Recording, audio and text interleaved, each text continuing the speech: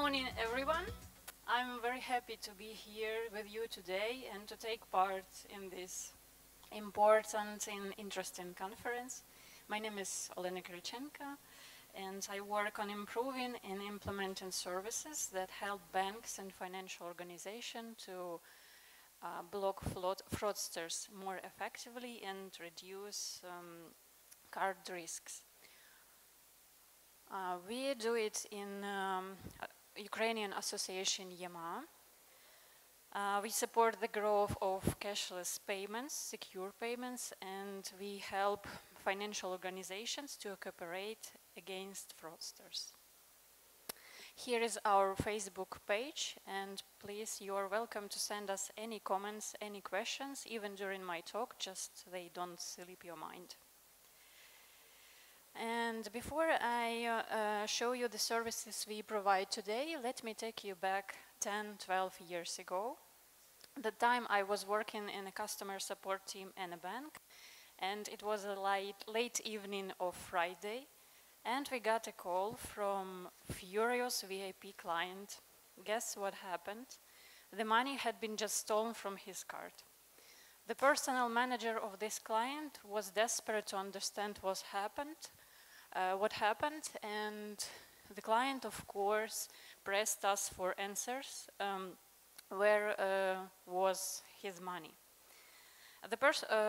Our supervisor wasn't present, so we tried to cope somehow with this situation, and we started reaching out the contacts of the bank who processed these fraudulent transactions, and the only thing we could do, it was writing letters and calls to this bank and the person we knew from that bank personally. But minutes turned to hours and there was no reply. It was already super late and our client was extremely furious, and of course in the end we were too late.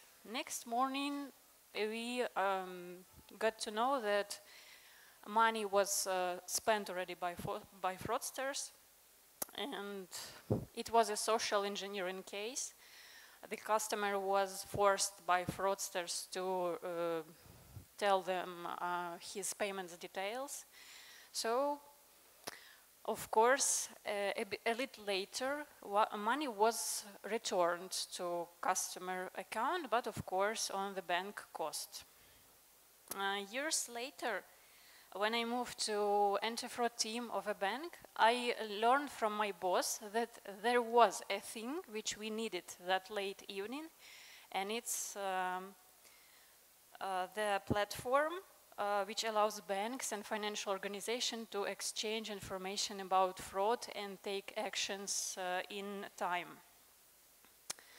Why did we need such a platform? Because back then, when cases like I1 have just described start happening, fraud landscape was a bit different. It was more technical, more malware-driven. However, when online payments started to grow, fraudsters evolved as well. They didn't stay still, they started investigation these new channels. And this created a rapidly growing problem that payment fraud was accelerating extremely, and it was reaching significant scale. Attackers no longer needed to study how ATM works to deceive some sophisticated ATM attacks, for example. Imagination and a basic knowledge about human psychology, it was enough to create various, plenty social engineering scenarios. Did this happen to any one of you? For example, a few months ago, I was contacted by fraudsters. They pretended to be as kind of my friend. Of course, I realized at once that my friend was hacked, his account, but I decided to play along a little bit. And I said, oh, what happened? And kind of my friend said, you know, I need to borrow money from you because I need to buy a gift for my wife. Well, my friend wasn't even married, but I said, yeah, okay. You know, I tried to send you money, but seems like your card is restricted. Maybe you have another one. And he said, yeah, please try this one. And I did it twice. So in the end, I had 3 of his cards. And I used this nice conversation to send letter to issuer banks, where I pointed out these 3 cards and noticed that it's probably a fraudulent related customer. And then I decided to send screenshot of this letter to these fraudsters. You know what? He got offended, and he told me, that's awful. I will claim a reclamation against you. I was like, yeah, nice. I don't know where, but probably fraudsters also have customer support team, something like this. Meanwhile, banks try to prevent fraud, but by their own, without communicating with each other. Even when banks did share information, it was often through personal context, and it was often informal. It wasn't a coordinated and secure channel of communications. At the same time, fraudsters has much more freedom. They wasn't regulated by government, for example. They had much money, and they had much more time to create sophisticated schemes to deceive people. And now, when topic of money mules is still very, very relevant, the need for fast and secure information exchange is very high. And what we need is collaborative approach. And the solution we found for our country is a centralized anti-fraud hub platform where banks and financial organizations can share fraud information in real time. On this slide, you can see that we cooperate with different financial and non-financial organizations. But today, I would like to tell you more about 3 services which may be interesting for you as well. First is fraud payments tracker. That is definitely the thing we needed that late night in the call center. It's a service for tracking and blocking fraudulent transactions. It's designed for better and faster communication between banks.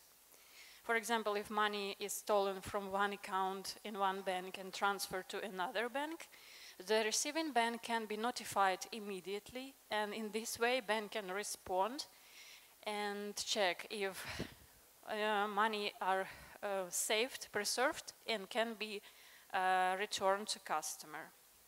All communication happens in one system, so you don't need emails, you don't have delays, even if someone is sick or on vacation. The second service, Crime Check, is service for automated cooperation with cyber police of Ukraine.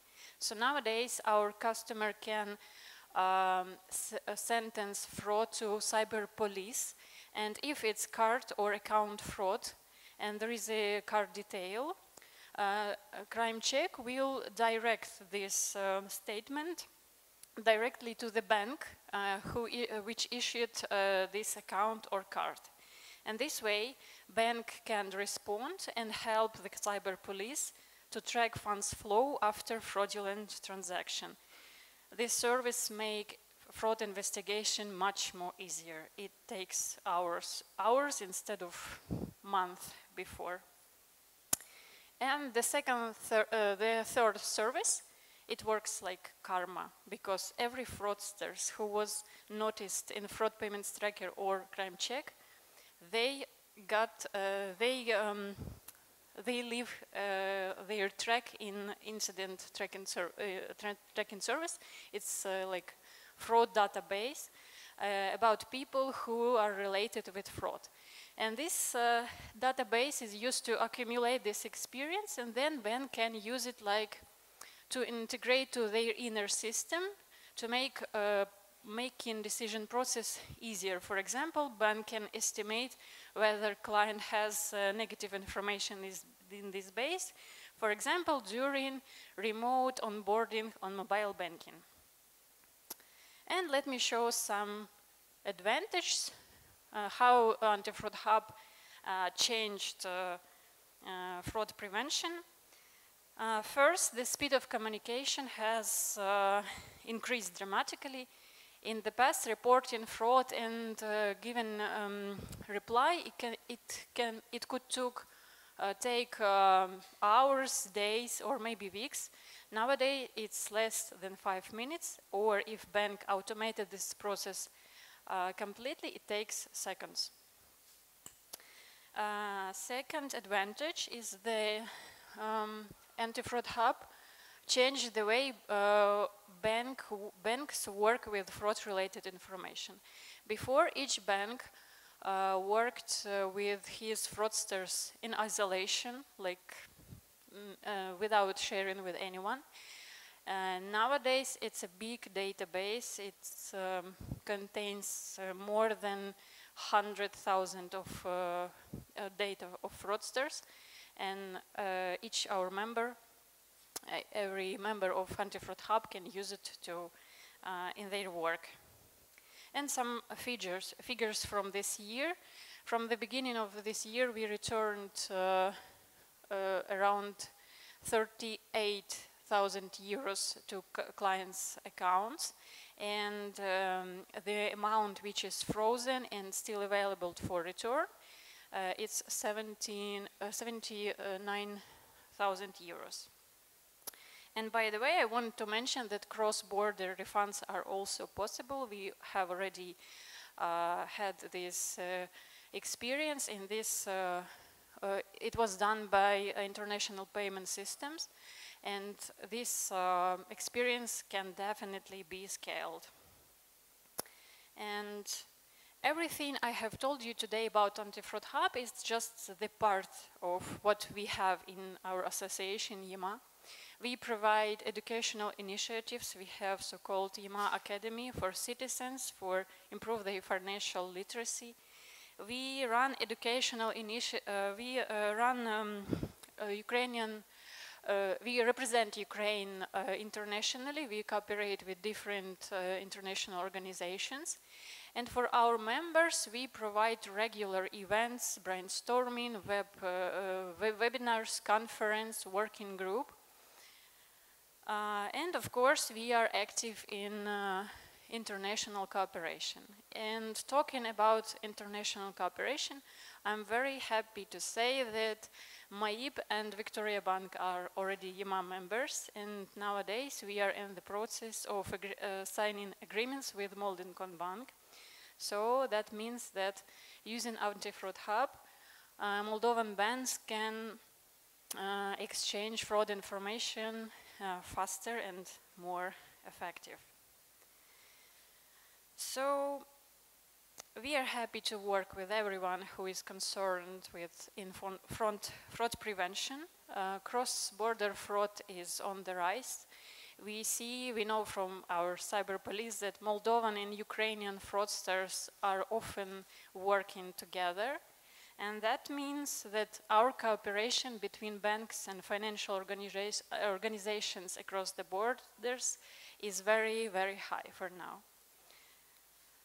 You can just drop us a message. We can invite you to our meetings, our events. You will see how it works from inside, or we can just meet and talk.